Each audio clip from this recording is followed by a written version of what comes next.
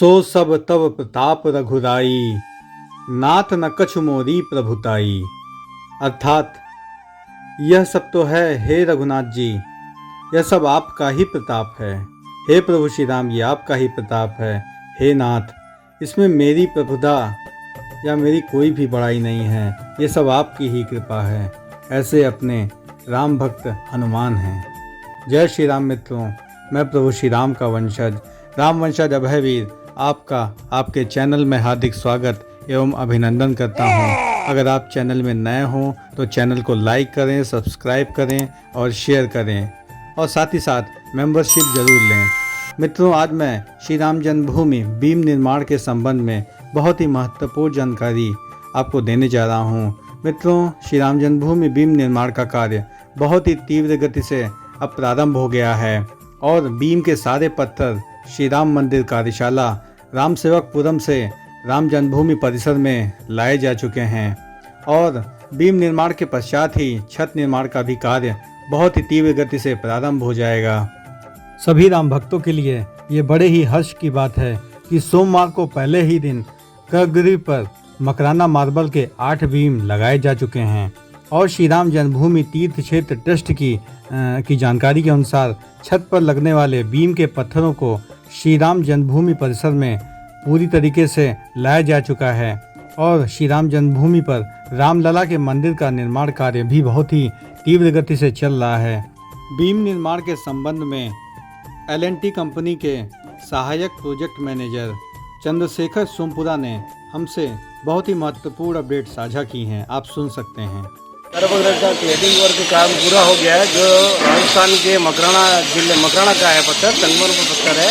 Cladding work पूरा complete हो चुका है एवं अब बीम रखना शुरू कर दिया है। बीम रखने के बाद लगभग ये दौर हो जाता है, द्वार साक जिसे कहते हैं, जो गर्भगृह की मुख्य द्वार साक है, वो कंप्लीट होने के बाद लगभग 8 से 10 दिन बाद छत डलाई छत डाल देंगे पत्थर की छत। चंद्रशेखर सोमपुरा के अनुसार गर्भगृह में दीवारों का कार्य लगभग पूर्ण हो चुका है। अब छत की बीम रखना शुरू कर दिया गया है और जैसे ही यह बीम लगाए जाने का कार्य पूर्ण हो जाएगा, उसके बाद छत की ढलाई का कार्य 10 दिन में पूरा हो जाएगा और इसकी जो समय सीमा है वह मई माह में निर्धारित की गई है। इसमें कार्य पूरी डिजाइन नक्काशी की गई है, पूरी ये फूल वगैरह जो भी बनाया है, क्लेडिंग वर्क है, उसमें पूरी डिजाइन है, पूरी नक्काशी है। इसका कार्य शुरू हो गया है। गर्भगृह में आप देख सकते हैं कि बीम लगना शुरू हो गया है और यहाँ भी शुरू हो जा रहा है। मतलब मान लीजिए कल से शुरू हो गया बीम लगना। दी गई जानकारी के अनुसार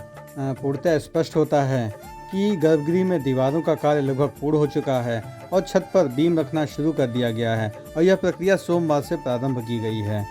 मित्रों, बीम निर्माण के संबंध में एक ही बहुत महत्वपूर्ण आपको जानकारी देने जा रहा हूँ कि बीम संरचना जो है, चाहे मंदिर का निर्माण हो अथवा सामान्य भवन का निर्माण हो, उसमें इसका उपयोग एक सुरक्षित और प्रभावी भार मार्ग प्रदान करने के लिए इंजीनियरिंग और निर्माण में किया जाता है, जो भवन की नींव में वजन को समान रूप से जो है वितरित करता है। और राम मंदिर में जो भी बीम का निर्माण हो रहा है वो एक इनविजिबल बीम है, अर्थात वो आपको बीम के रूप में तो नहीं दिखाई देगी, लेकिन वो बीम के रूप में ढाली जरूर जा रही है, क्योंकि ऐसी उसमें नक्काशी और कई प्रकार की खूबसूरत डिज़ाइनिंग की गई है ताकि आपको प्रतीत ना हो कि यहाँ बीम ढाली जा रही है।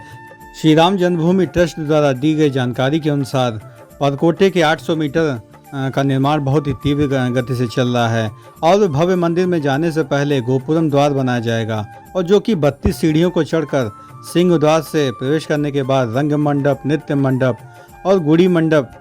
के बाद मकराना मार्बल से बने 3 द्वार होते हुए कोली मंडप में प्रवेश होगा, जहां 35 फुट की दूरी से रामलला का दर्शन श्रद्धालु कर सकेंगे, जिस पर अभी तीव्र गति से निर्माण कार्य चल रहा है। अगर आप सभी राम भक्तों को मेरा यह कंटेंट पसंद आया है तो इस चैनल को लाइक करें, सब्सक्राइब करें और शेयर करें और साथ ही साथ कमेंट सेक्शन में जय श्री राम लिखना न भूलें। मित्रों, राम मंदिर परिसर में बन रहे गुड़ी मंडप, रंग मंडप और नृत्य मंडप में छत नहीं पड़ेगी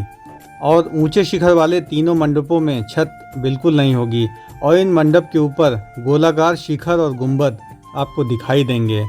और राम मंदिर में रामलला के दर्शन के लिए श्रद्धालुओं को पहले 2 द्वार और 2 दरवाजे से होकर गुजरना पड़ेगा, जिसका निर्माण बहुत ही तीव्र गति से चल रहा है। मित्रों, मैंने आपको पूर्वत ही जानकारी दी थी कि राम मंदिर की छत ढालने से पहले सोमवार को बीम बनाने की प्रक्रिया शुरू हो गई है और इसका सोमवार को ट्रायल किया गया था और मंगलवार से इस काम प्रक्रिया को आगे बढ़ाया जाएगा और बीम का काम पूरा होने के बाद अगले महीने यानी मई 2023 से मंदिर के छत ढालने का काम प्रारंभ हो जाएगा और इससे राम भक्तों में बहुत ही खुशी की लहर है। और पहले दिन गर्भगृह पर मकराना मार्बल के 8 बीम का निर्माण किया गया था और इससे पहले पूजन भी किया गया था। और श्री राम जन्मभूमि तीर्थ क्षेत्र ट्रस्ट के मुताबिक छत पर लगने वाले बीम के सभी पत्थरों को राम जन्मभूमि परिसर में पूरी बहुत बड़ी मात्रा में आपको लाया जा चुका है और आप इसकी ट्रस्ट ने तस्वीरें भी जारी की थी और जून तक छत का कार्य पूर्ण कर लिया जाएगा, इस पर ट्रस्ट ने दावा किया है। पिछले कई महीनों से श्री राम जन्मभूमि कार्यशाला रामसेवकपुरम में बीम के पत्थरों की ढलाई का कार्य बहुत ही तीव्र गति से चल रहा था और यहाँ पर बड़ी संख्या में मजदूर लगातार पत्थरों की तराशी का कार्य कर रहे थे और इनकी नक्काशी आपको मन मोह लेगी। और जब राम मंदिर बनकर तैयार हो जाएगा तो इस पर जो कलाकृतियाँ उकेरी जाएंगी, इन पर जो मूर्तियों का निर्माण किया जाएगा, जो रामायणकालीन मूर्तियाँ बनेंगी, वह आपका मन मोह लेंगी, क्योंकि यहाँ देश के सर्वश्रेष्ठ मूर्तिकारों एवं वास्तुकारों को बुलाया गया है। और आप कार्यशाला को देख सकते हैं कि यहाँ पर अभी भी दिन रात काम चल रहा है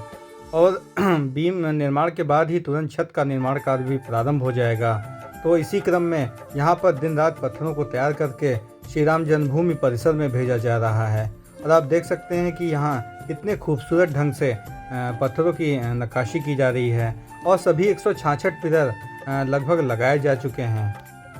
राम मंदिर भूतल पर लगभग 166 पिलर का काम पूर्ण होने के पश्चात ही बीम का निर्माण प्रारंभ किया गया है और ट्रस्ट के अनुसार मंदिर की छत के करीब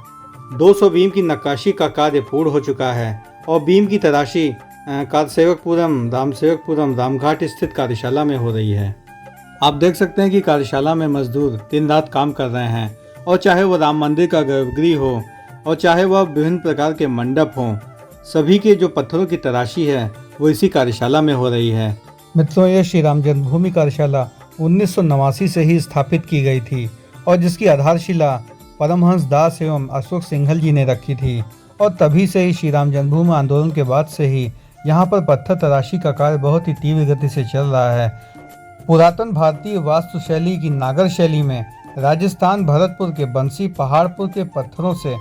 21वीं सदी में बन रहे इस मंदिर में वास्तुशैली पुरातन ही नहीं है बल्कि निर्माण की तकनीक भी पुरातन इस्तेमाल की गई है। और वर्तमान में प्रचलित निर्माण सामग्री कंक्रीट, सीमेंट, मोरंग और इस्पात की बजाय फ्लिंथ और मंदिर का निर्माण ग्रेनाइट, सफ़ेद संगमरमर, नक्काशीदार लाल बलुआ पत्थरों से किया जा रहा है। और फ्लिंथ और मंदिर निर्माण में जोड़ के लिए मसाले की बजाय पुरातन जोड़ पद्धति के मुताबिक ग्रेनाइट और तांबे की कुंजी का इस्तेमाल हो रहा है। मित्रों, राम मंदिर की आयु लगभग 1000 साल निर्धारित की गई है और समय के साथ इसको स्थायित्व प्रदान करने के लिए देश भर के नामचीन विशेषज्ञों ने कई महीने तक चिंतन मंथन ही नहीं किया बल्कि तमाम तरह के प्रयोग भी किए गए। इस कवायद में देश के नामचीन संस्थानों के साथ central building research institute Roorkee और इसको भूकंप रोधी बनाने के लिए मौसम से जुड़े कई संस्थानों एवं विशेषज्ञों की मदद ली गई और 17 फीट मोटी फ्लिंथ के किसी भी हिस्से में हवा और नमी न रहे, इसके लिए पुख्ता इंतजाम किए गए हैं। मित्रों, राम मंदिर निर्माण के साथ साथ श्रद्धालुओं की सुविधा का भी बहुत ज़्यादा ध्यान रखा गया है और लगभग 25,000 श्रद्धालुओं के लिए बनने वाले फैसिलिटी सेंटर की नींव का निर्माण हो चुका है और इसे बेसमेंट के साथ साथ 2 मंजिल बनाया जाएगा और बेसमेंट में मिनी चिकित्सालय के साथ ट्रस्ट के अन्य सुविधाओं को मुहैया कराने वाले सामान और गार्ड आदि के लिए भी स्थान दिया जाएगा। जबकि पहली मंजिल पर एक बहुत बड़ा हॉल बनाया जाएगा जिसमें श्रद्धालुओं के अल्प विश्राम के लिए बैठने की व्यवस्था रहेगी, जबकि दूसरी मंजिल पर उनके सामान आदि को रखने की व्यवस्था होगी जिससे वे आसानी से प्रभु श्री राम के दर्शन कर सकें। श्री राम जन्मभूमि निर्माण से संबंधित यह कंटेंट अगर आपको पसंद आया हो तो इस चैनल को लाइक करें, सब्सक्राइब करें और शेयर करें। धन्यवाद। जय श्री राम, जय श्री राम।